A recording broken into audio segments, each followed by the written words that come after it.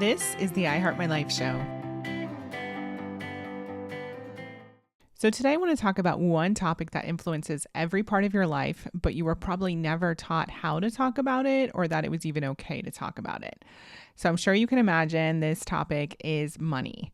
And for most of us growing up, we were taught how to avoid it, fear it, judge it, obsess over it, but we weren't taught how to honor it, understand it, or communicate about it, especially not with confidence or love.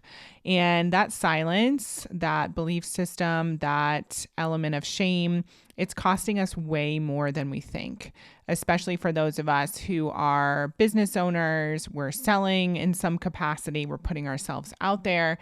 And even just, for those of us that are parents, it's really doing a detriment to not only our lives, but to our children's lives. And so today I want to talk a little bit about, why nobody taught you how to talk about money and why that needs to end right now. And we need to open up the conversation. Okay. So I'd love for you to just reflect back on your own personal journey and just think about for a second, when was the first time that you realized that you weren't supposed to talk about money? So maybe there were some unspoken rules, or maybe someone actually told you, don't talk about money at the dinner table. Don't ask how much somebody gets paid. Don't be too much. Don't be too greedy. I remember my husband even sharing a story about how he went to the ATM with his dad and he didn't understand why his dad couldn't just get out an unlimited amount of money. Right. And it was never explained to him. It was just like, you can't, it's not possible. And so even our parents not wanting to have money conversations subconsciously told us something about what was right and wrong when it comes to conversations around money. So silence creates shame. It keeps you stuck. And we really learn how to be silent about money long before we ever even touch a dollar and use money. And then, it's no wonder that we're paralyzed when it's time to sell, receive, or even ask for more money. So again, think about this for yourself. So what is one of your first money memories? And when did you start realizing that there were certain rules around money? Maybe you were at the checkout line with your parents and you wanted to get something, but they told you didn't have the money for it, or they told you not to be selfish, or you have more than enough, or, if you do something good, then you'll be able to get it next time. And so there was some kind of bargaining involved. And, again, all this stuff, it seems fairly harmless, but when we really think about it and when it's compounded, it really creates such a mess when it comes to our relationship with money. And I'm going to back up a little bit here. And for those of you who are new to this type of conversation, one of the things that I always talk about with my clients is that we really are creating a relationship with money, just like any other relationship.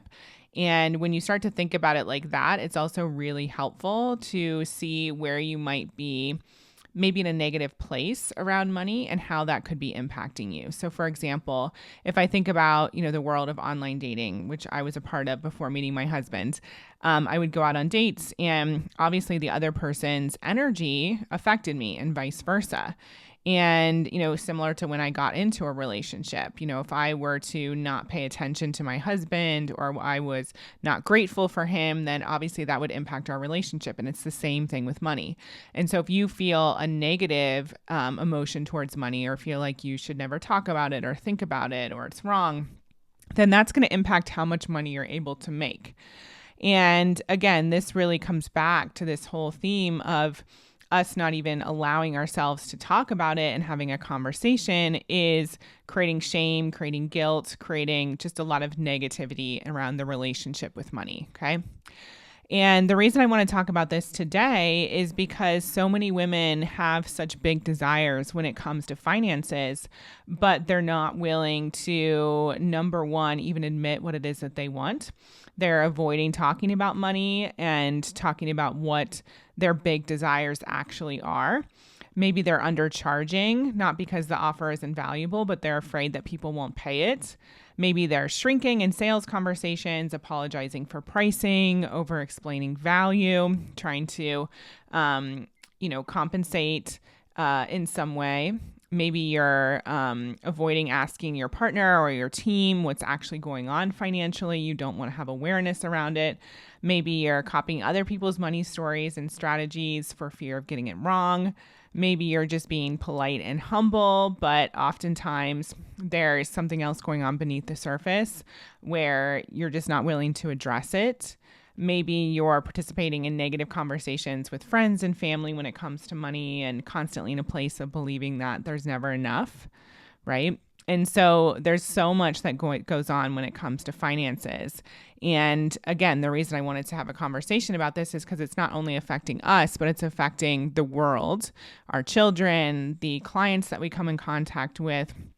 And it's really hard to, especially as a coach or consultant, invite others into a powerful transformation if you haven't yet made peace with that part of yourself, the financial part of yourself. And so I know for me in the beginning of being an entrepreneur, when I was trying to figure out how to sell, how to put myself out there, and I went through a period of 54 people saying no to working with me, one of the things that I realized was I hadn't yet healed my own money blocks. I hadn't yet healed my money story. I hadn't even looked at it. And when you're trying to lead from that place, it's like trying to build a house on sand. You haven't yet done the work, so you don't have the foundation to be able to support others. And so when I would get on those calls, there was a lot of trepidation around even talking about money. I was projecting a lot and in this place of believing that my potential clients didn't actually have the money. And so subconsciously all this stuff is going on, but people can really feel it on an energetic level. And so maybe for you, it makes you anxious to get on these phone calls and to talk about money and to sell. And if that's the case, it's not even just the calls, it's leaking into your marketing, your pricing, your client relationships.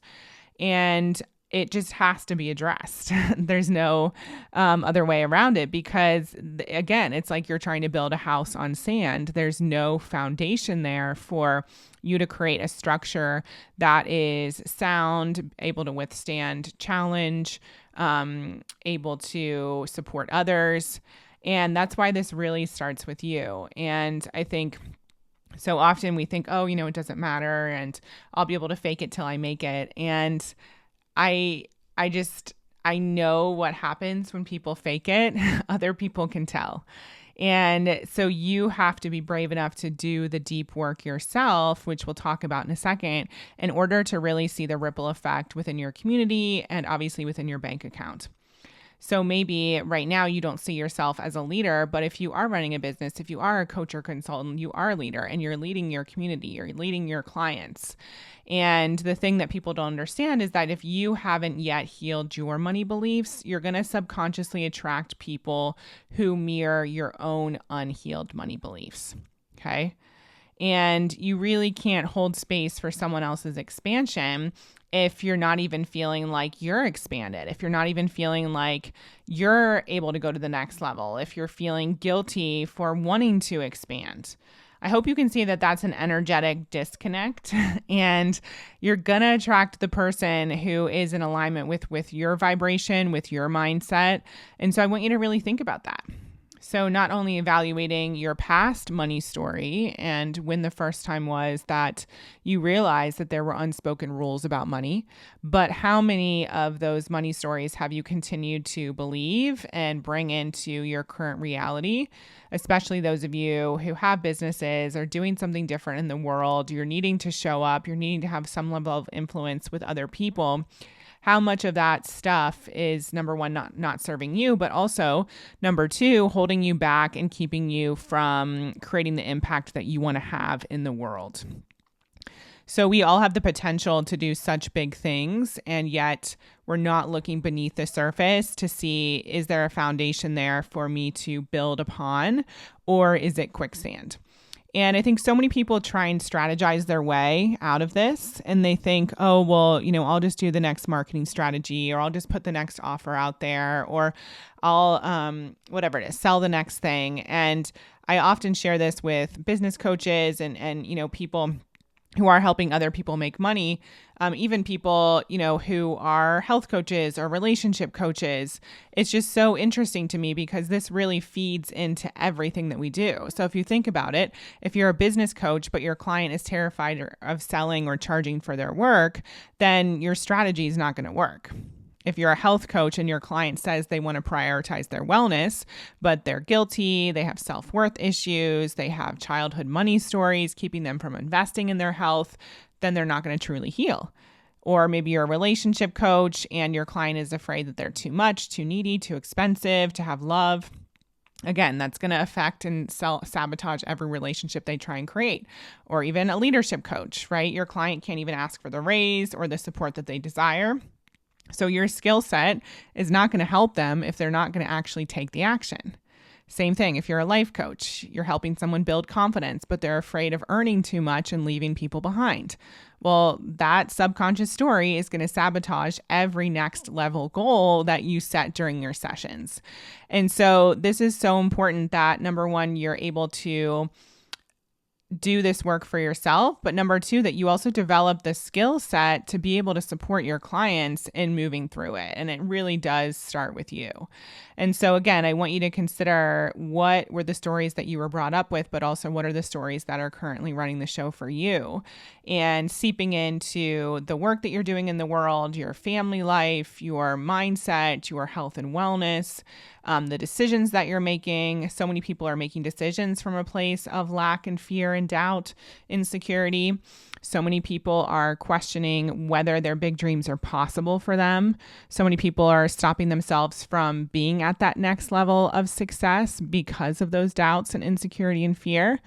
And really, I mean, I could go on and on about this, but I'm going to keep it fairly short. This work and this topic really does feed into every area of life. And I want you to really understand that something needs to change and you need to build your own money voice. And that means understanding your current money patterns and where they came from, learning how to regulate your nervous system when money is on the table, reframing money conversations as acts of leadership, clarity, and love.